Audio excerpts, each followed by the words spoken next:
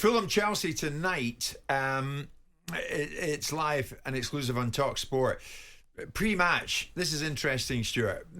Pochettino, Chelsea, of course, has been talking about recruitment. The good thing is the relationship and the communication is very good with the owners and with the sporting director. I think, like I told before, when the transfer window was closed, I said, I think I need to be involved or more involved now. I think in all the single decision, I think I start to work and try to identify what we need for January. You see, that's the standout comment to me, Stuart. When the transfer window was closed, I said I need to be more involved now in all the decisions.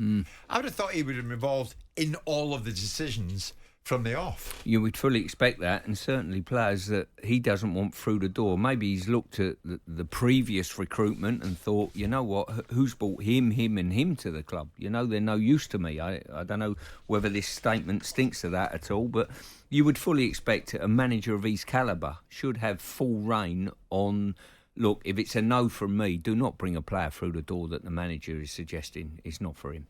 Yeah. You would have thought. I mean, you were telling us, Sammy, you think Pochettino's been across every one. Yes, I do. But what you're doing is taking the semantics and extrapolating it up to being that fact that he wasn't. Extrapolating up anything. We are. When the transfer window was closed, I said I need to be more involved now in all the decisions. Yeah. Okay. Well, what's twisting about that? Because that's assuming... Because previously I wasn't. But it depends what decisions he's talking about. Depends about what decisions he's referring to. We're assuming that that's the recruitment of players. We might be right. I mean, I would have hoped the journalist would have asked him the question, which said, is that about transfer policy, specifically about transfer policy, about player acquisition? Because it leaves it with a degree of ambiguity.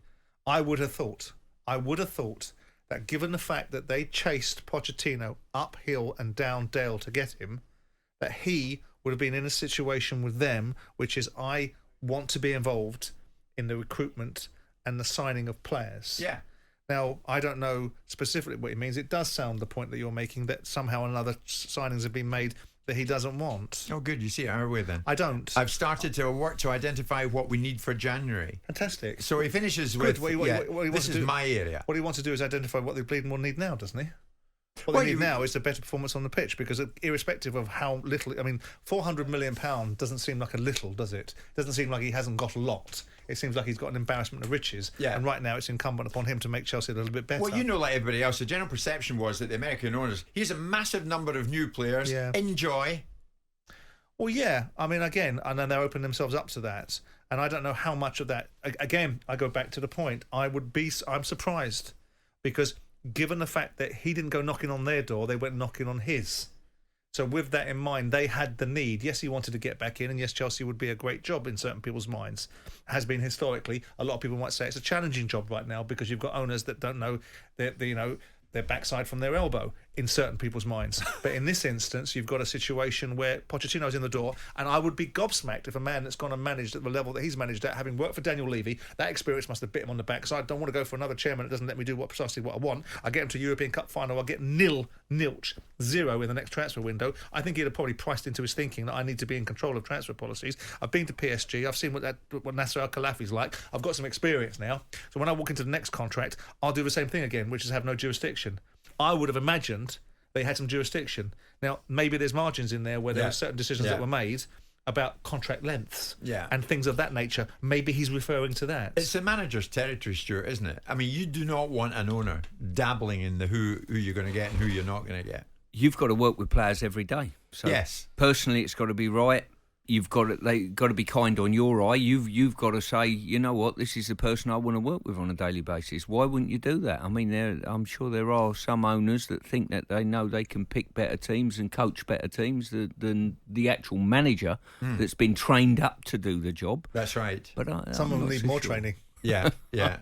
Some of the people that you bought. Not the manager at Palace at the time, but I never bought anybody, mate. I wanted to keep my hands firmly in my pocket. I was in no rush to buy anybody. Sure, what do you think then? Fulham-Chelsea. Chelsea got a reprieve in the Cup last week. I'll tell you what, I wish I could make a judgment call on this. Yeah. I wish I could make a judgment call on this result. Go the opposite, obviously. I'll take Fulham to win it. I'll go for Chelsea then. There you go. What about the bold boy? Chelsea. Yes. Okay. Fulham-Chelsea, live and exclusive on talkSPORT. Mr. Stuart Pearce, England legend. I thank you as always.